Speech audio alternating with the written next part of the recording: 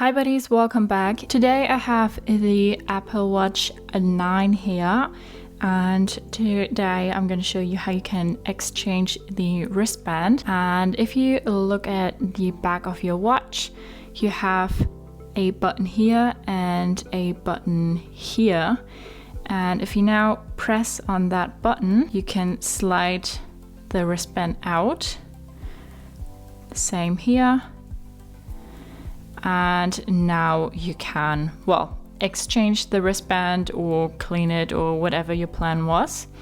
To get it back in, you just need to, slide them right back in, and you have a little mark here and you want this to be down. So put that right in here. You have the mark here as well. And then slide that in here, and then you have your wristband on again. So that's how you can exchange the wristband on your Apple Watch 9. Hope you liked it, hope it helped. If so, thumbs up, share and subscribe, and I hope to see you next time. Bye.